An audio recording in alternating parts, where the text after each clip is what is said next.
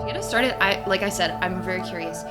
What is your artistic medium, and like what are your art practices? That's a good question. Like film, photography, and like art, like just painting stuff. And like my paintings aren't like, I have no form to that. Oh yeah. Like, yeah, it's So just like they're abstract. yeah, it's just like abstract, but it's like whatever.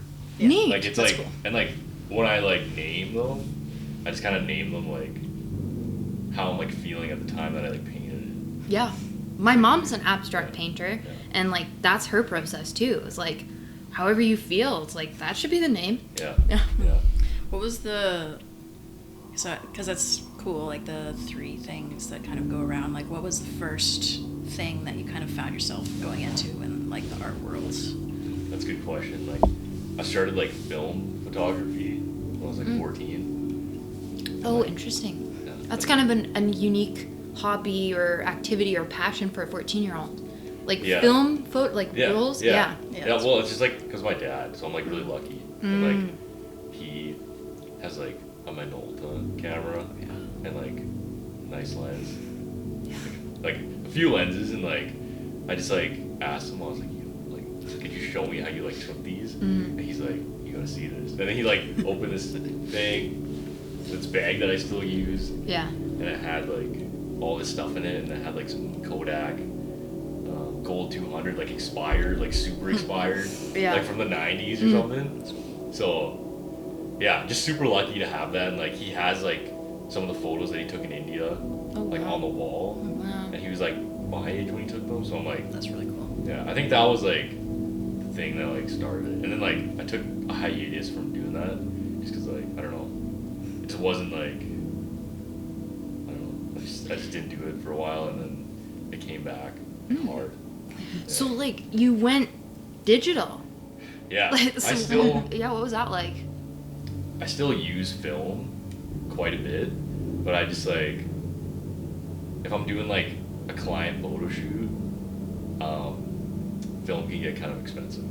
Yeah. And, like that's it cuts fair. out of the budget. So like Yeah. if I'm doing like my own stuff, I'm okay with that. Yeah. But then if it's like client stuff, then it's kind of like I get 24 shots for this, and like it takes a lot longer to set up and stuff. But like I love, just for like fun stuff, like if I'm hanging out with like Leo, or like I'm just doing stuff like traveling and stuff, then like film is just like so cool because it's like, I don't know, it's just like physical, and it's like you can get different stocks, and like that's what your look is based on. Yeah. Totally. So yeah, digital is like, yeah, like it's kind of the same thing. Like you can do that in like with like LUTs and stuff, but yeah. I'm super interested in how you, like the journey from that to visual art Yeah. Yeah. to film stuff, and how that kind of played out for you. Well, that's kind of the reason, sort of, like, Your zine. yeah, the zine, Yeah. because, like, the zine, I started doing the zine, so I started painting, and then I wanted to do an art zine, like, only, and then I was like, I don't know if I'm going to be able to market, like, just an art zine in Kamloops, Yeah. like, and so I was like, maybe I should get, like, more local creatives and stuff in it. So then I started like asking people for photos and stuff, and like I was like, what if I just did this? And like I used to do the, like photography, Yeah. so like maybe I should just take the photos. Yeah. So then I started taking photos, and like it just kind of like went off from there. I was like, yeah, so Super. yeah, so it's like the zine kind of like brought everything back, and then like yeah, it's just like really weird how everything happened, and yeah, I just have fun with it now. So Yeah. Super cool. One thing you're saying, like, I connected to is, like, the idea of just, like, sort of making it, like, and, like, filling in your skill set, too, with the things you need, like, because, like, also, too, I really relate to the film aspect that you're talking about with film photography, because I saw so many cool film photographers who were creating these photos with colors that I was feeling like I couldn't capture in, like, cinema, and, like, it brought forth this new medium and this new kind of energy that you bring then to like filmmaking, I find. And I think that the film photography really like helped me figure out like digital film as well, and like video, like it, Right. it The 'cause understanding of everything. Yeah, and like knowing what the color tone is that you want and like how that makes you feel. Because I feel like a lot of photographers, it's like when you talk to them about their photos, they talk about the emotion that's in it and like that's behind all of the action and like Totally. Yeah, I love that because like I think if you don't shoot film, like just as in terms of like photography, then like you might not appreciate like when you see a movie shot on like 500D and you're like, wow, like that looks crazy. Like I recently watched Uncut Gems. And I was like, holy, like I think certain people might not like that because it's so like dirty and like but there's like a beauty to like that like look, right? The colors, the very specific feel of it and all of that. Totally. I totally know what you mean. And like I was just gonna say, I think Kora's gonna agree with what I'm about to say, but like there's something very special about the imitation of reality on screen, and like reality is not clean and refined. Like and your experience of something is not clean and refined. Like we don't go through life like perfectly computing everything. We experience it in like moments that stand out better, things that are hazy, things that are blurred, things that are out of focus. And like I find that film photography specifically can be a really good starting point for people to explore that. And like just get what you get and like be like, okay, that's what I got. And like even if I think film can be good as like a starting point as like in terms of photography, because like I don't think a kid in high school can afford like $1,000 camera. No. Yeah, totally. But like you can go buy like an AE1 for like $100. Yeah. Right. And then like develop it at like your dark room, right? And use like cheap film. But you still get like crazy good photos. Right. Totally. And like that's a huge thing. I think like when it comes to feeling like you could actually see yourself doing an art form is like seeing if you could actually just afford it as a hobby. Because if you can't afford it as a hobby, it's really hard to start any work out of it. And like I don't really like talking about gear, but I think like gear is so like I don't know, everyone's like focused on it. Like there's always like a new camera or like there's always like something new, and I think with film it just like cuts all that out. It's like you can't. An AE1 is like it's not the best 35mm camera, but it's like what's different than that from like a $20,000 like 35mm film camera? You're putting like a cartridge in it. It depends on like what you want to shoot with, right? Right. And that's like so cool. I think like everyone's kind of on that same playing field, right? And it's not about like megapixels or like just like stuff that like doesn't really matter, right? Like and like with us, I think like if you guys have digital cameras, like just stills cameras, you'll notice that it's always like this one has more megapixels. No way, this one has more megapixels, and it's like, why do I need that? I just need something that can like what does that really mean? It's like, just, like if you don't speak the language, it's really like, well, what am I doing here? Like, what am I doing? Like, because a lot of people don't know the technical side of things, but they might know the visual side of things, or vice versa. And like one limits you from the other if you don't know how to like speak the language to like say what you want to say, and like say like I need this in a different like with more pixels, and I need it to be bigger file size, and like you to just be like like what do I do? Yeah. Like, that's like so it's just like so ridiculous. I think like the way like in our thing, it's like there's always a new thing, and like we're always being marketed to, and like I don't know if you've ever made something that like you're not super proud of, and you're like, this is just the stuff I own, or like, you know what I mean? You're like, this is just like gear or like something, and like you feel kind of like bad, right? You're like, because like you can't afford like an Alexa. It's like there's no way. That feeling of like, oh, like you've been told like it's impossible to achieve that thing, or like, you know, there's no way that I can do that. But then I feel like that's kind of nice, like that opportunity to dig a little deeper, and like what am I actually doing? What's the like what am I making aside from like, oh, I want it to look this way, or I want the quality to be like this, right? Like what's actually behind this? And if you don't have an opportunity to like get your hands on the right gear, you really don't have the same opportunities to show what you're capable of. And people will say like, oh, if your demo reel isn't flashy, okay, I'll pass. cash. Like, and it's honestly just like a normal thing within this industry of like filmmakers is that you show your demo, you show your work, and if you don't have the gear, like it's very hard to kind of get past that first step. But like, you're not getting like big enough projects yet to be able to rent like an Alexa Mini. Yeah, you just can't do it. Yeah, right? Like there's no. That's why I love. I don't want to talk about gear, but like that's why I love these two.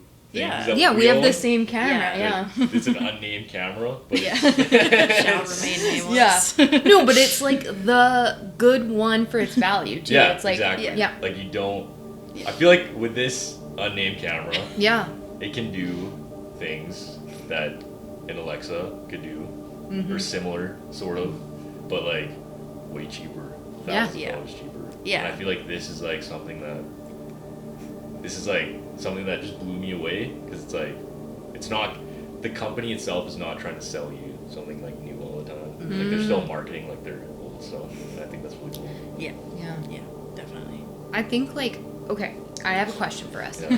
So one of my question is, we all seem to kind of relate around the idea of being like multidisciplinary artists, and I think with that, like, one of these interesting things, like on the topic of the industry, is like, how do you identify, like, how do you share your skill set? How do you present yourself? And like, but beyond that, since like the podcast is about a lot of our own internal feelings and our relationship and mental health, or just how we connect to creativity. So that being said, I want to ask, like, how do you guys view yourselves as artists, and like what were some of those experiences that sort of formed that and that legitimacy, especially in an industry that like begs for that stamp of whether you're an insider or an outsider? Like, that's like, that's a hard one, I think. Like, even right now, I feel like if you say that you're like a filmmaker, it's kind of like, I don't know, like, am I like, people are like, prove it. Right? Like, oh yeah, what films have you made? Like, on Netflix? It's like, no. Like, I don't know, it's like, I feel like, I don't know, that's like such a good question. Like, do you view yourself as an artist? Do you feel like that? Or do you think that's separate from the work you do? That's such a good question. Like, I think, man, that's such a good question. Like, am I an artist? I don't know. Existential. Like, am I? Like, that's the thing. I guess that's the question. Like, I make art. Yeah. But like, I don't know. I guess, I suppose so. I don't know. What do you guys think? Like, yeah, it's like, it's an interesting thing to think of, because it's almost like, because for me, it's been forever, really, where it's been kind of like my life source, it's felt like, where it's been like just something that I do all the time, where I'm like, this is just my life. And like putting anything on that, like there was no moment in my life where I decided that I wanted to, make films or do art or whatever. There was no point where I was like, I'm deciding to do this as a career or whatever it is. It's always just been like a reality, So it is strange, like it's a weird thing to like think about it as like an outside perspective. Because even for me, like, even saying, okay, I'm a filmmaker, I guess, that's true, I guess, like I make films, like, but it almost seems strange to say that, because it's just such like, it's just something like, that like you like strive for, like all the time. Like, I'm sure you watch like lots of like movies and stuff, like, and then you're like, that's what a filmmaker can make, right? Sometimes, and you're like, or you're like, even specifically where I'm like, oh, like I director is like a title, where like maybe like I've been in that role before, but I like that's something that I like is like a practice that I like want to keep working on, or that's something that it feels, again, like I might say that I do that, but it's almost more abstract than that. It's like it's this thing. Not really like there's no answer to that. Yeah, there's no one answer. It's like, it's are you an artist? Like, I don't know. If you just like paint one thing.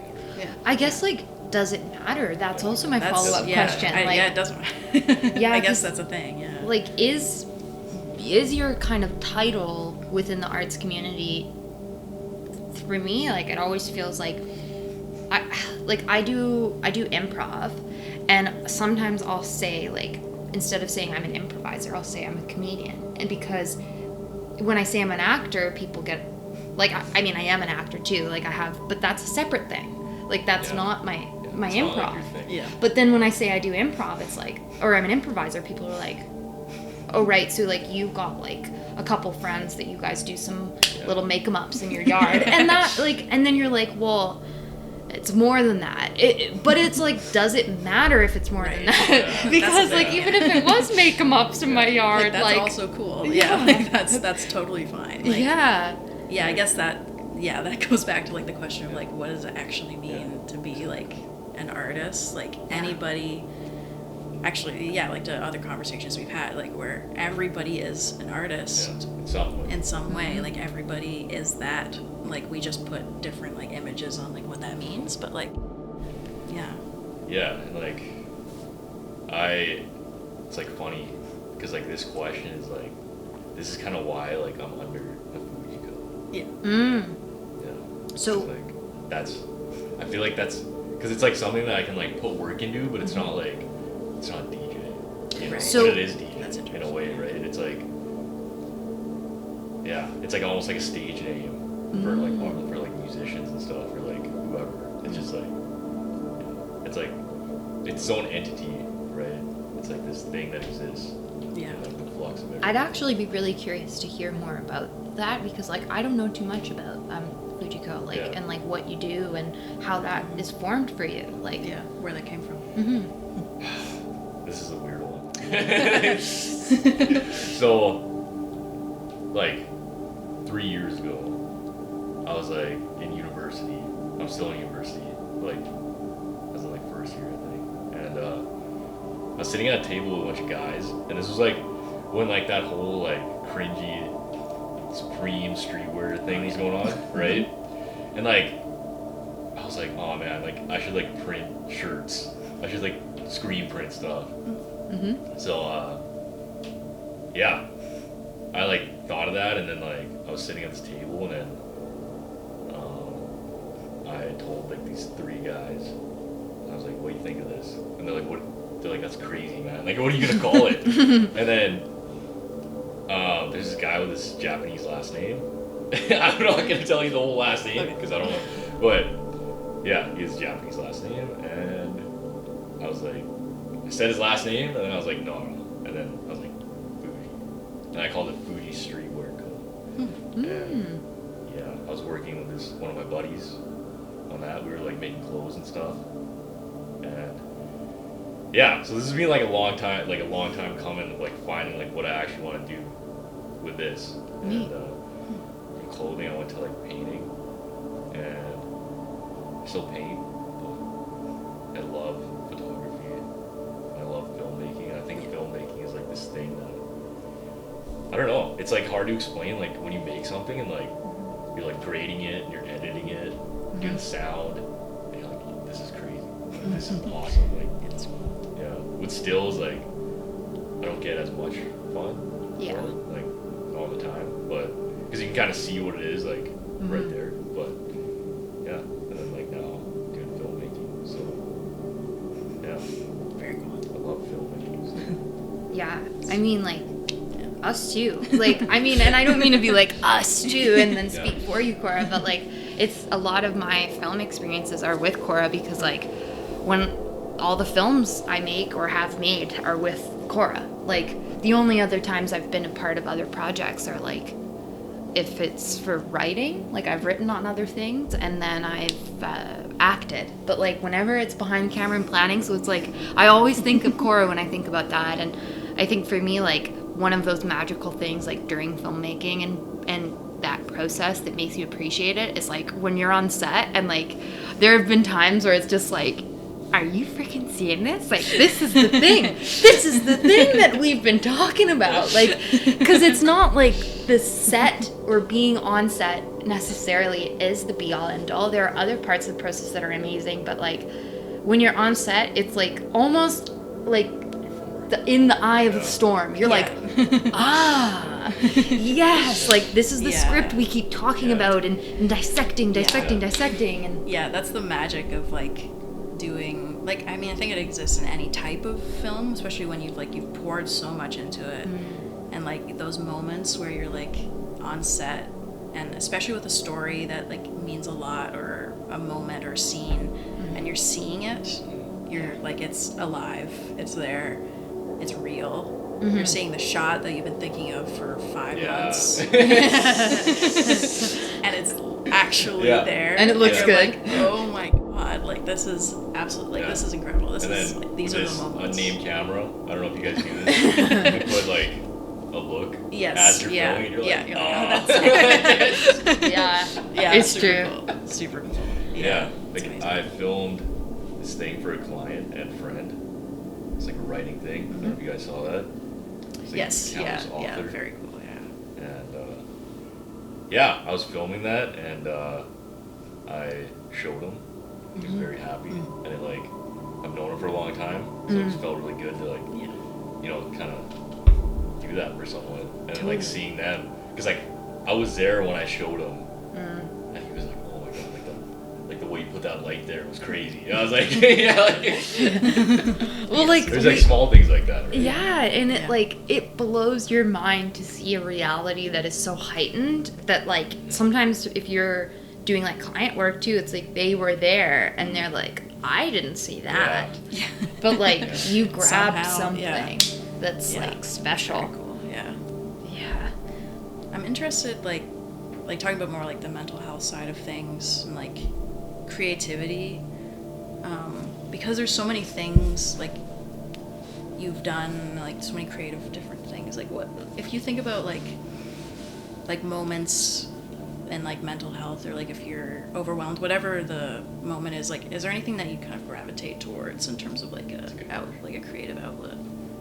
I think like painting maybe, but if it's not painting, it's like I write like poetry sometimes, and that's fun. Or I'll just like write random things, or like I'll just like grab my stills camera and just like go walk around or something.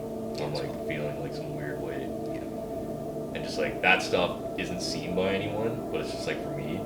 And like the 35mm stuff that I do, it's like not on my, like, you can't see it. I get it developed, and it's just for me. So like that's like a big thing. And I took one of my friends on like a 35mm journey once. Like I didn't really talk that much, but I was like, so you gotta like hold this thing down, and like, you know, it was at night, so like you have to hold this thing down, and you gotta like let a certain amount of light in. You have to like light meter it and stuff. And like that just like takes my mind off a lot of things, but also like it's like really relaxing, right? I do other things too when I'm feeling like a weird way. Like I run, I lift weights, but I think that's not. I don't know. I can't really channel a lot of creativity. Like paintings like a big thing. Yeah. Making too. I feel like painting was the thing I was expecting you to say, because I feel like for a lot of people who paint, that's kind of maybe where it starts, or where it ends up, if through their skills, is that it becomes like just a natural process and something that can be very like accessible in moments of also stress. very tangible too. I feel like because it's something that is like right in front of you. But I also think it's like, it's really important what you said, like that, those things of the creative stuff that is just for you. Yeah, it's for you. And like and keeping that's okay. that, and that's okay. You don't have to share everything. And like, I think like, I liked how you guys talk about how you don't have to care about monetizing everything. I think like you guys probably get stressed about that. I get stressed about that sometimes. Like totally. Like, this has to be a career. I need to make money. But like, I think what's weirdly enough is that like when I make stuff just for myself and I like share with people, like good things happen. So like if you're only doing like money stuff, then like maybe you're not gonna like this that much. Yeah. Totally.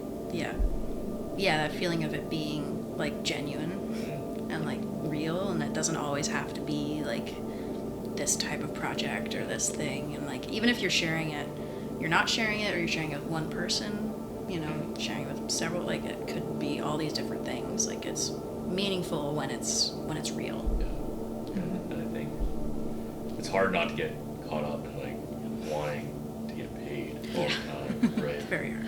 Yeah, it's hard to too, like release yourself from like your burdens or your things that your bills that are knocking on the door too. Like it's like it is totally a part of that, like to feel like your work is legitimate to mean that like you're earning money. So if you're not earning money for something, is it actually work? Yeah, or feeling, should you explain that you're doing your hobby right now? It's Right. that whole like I'm doing make-em-ups in my yard versus Right. am I doing it for pay? Like Right, trying who to knows? that feeling of like that need to like legitimize things. With like capital. Yeah, capital where it's T. that is of course made up. Yeah. That is like Yep. you know, there's a certain need to make money, like not like, but yeah, I think there's this weird thing that comes along with like those of us who choose to do the arts types of things for a career, where there's that balance of like that part of you that is actually like doing the art that's like here versus the business that's like very much like this it's other just, like, world. up in the air, It's like and like just like remind myself that like I started this all as like just because I like it. Yeah. yeah. You know, like if you're ever feeling like, oh, like I just want to be there. Like I just want to be able to like make money off, like tons of money off this, and like you know, just be like Roger Deakins. like I just want to be. just want to be him. Like, Yeah. but, like that's not like reality, you know. And like when you guys started, it's like you just did it because it's fun. Oh yeah. Right. Yeah. And like I made that zine because I felt like making a zine, and like I spent way more time and money into it than I would ever make out of it. Yeah. And like, but it's just like cool. I think like, like I did something. Yeah. And creative. Yeah. Definitely. And it like pays to yourself to explore an art form and like really try that and do that and like see where that takes you, and to be like, I do want more of this and now I need to make money with it. So if I do, like I feel like what's so cool about if you make something that you can then show someone and you've just tried it, it's like someone will see something in that that'll lead to something else. Exactly. And that next thing might not be your best work, Yeah. but like it'll be fine. a little better. Yeah, exactly. And like, Yeah. Exactly. And I That's- think like all these things that you do for yourself and for free, like I said before, like it'll lead to something else. Like a lot of the time, like someone will see it and be like, I liked how you did that. Can I like hire you? Yeah. To do something? Yeah, exactly. Right? So you're still. It's not that your solo stuff needs to be like justified, but it kind of does. It's like the more stuff that I do on my own, the better. Yeah. The more stuff that I just do, so it's like you just have to do it because you love it, right? Yeah. Yeah. Totally. Yeah, and the more stuff that you do that is like that genuine, like real stuff, that's like projects, things that you care about, and like you're doing what you care about. You're doing things out of like passion, love, more on the side of that versus like, I know this will make me money or that sort of thing. Like all of that stuff, in the end, that, like you said, that adds to the greater goal of like wanting to do this all the time or like full time. Like the authentic stuff, you know, that reaches people. Yeah. And like, if you want to do it, like I want to do this forever, obviously. So like, if I'm only doing paid stuff, then like I can't do it forever, right? Because it's like I just want to like. This weird thing, like Stanley Kubrick, like when he died, he did like Eyes Wide Shut, and he like pushed himself to the absolute limit. Basically, like he basically like suicided himself on that movie. But like that's just like him loving something so much that like he like it like destroyed. Literally dedicated his life. His life to it, yeah. And I think that's like he had made his money. There's like something deeper inside. Yeah, like people. he doesn't need to do that movie. Exactly. He did it because there's like something inherent in there that's like, I have to do this. I have to. Yeah.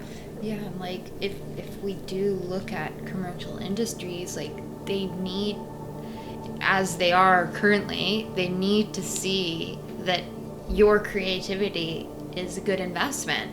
And like the hard part is to be an artist that's able to like stick it out for however long that like range of time is for you, like until you can sustain all your creative work with pay, because like it's such a privilege and like opportunity to be able to do that. Like and that's the dream.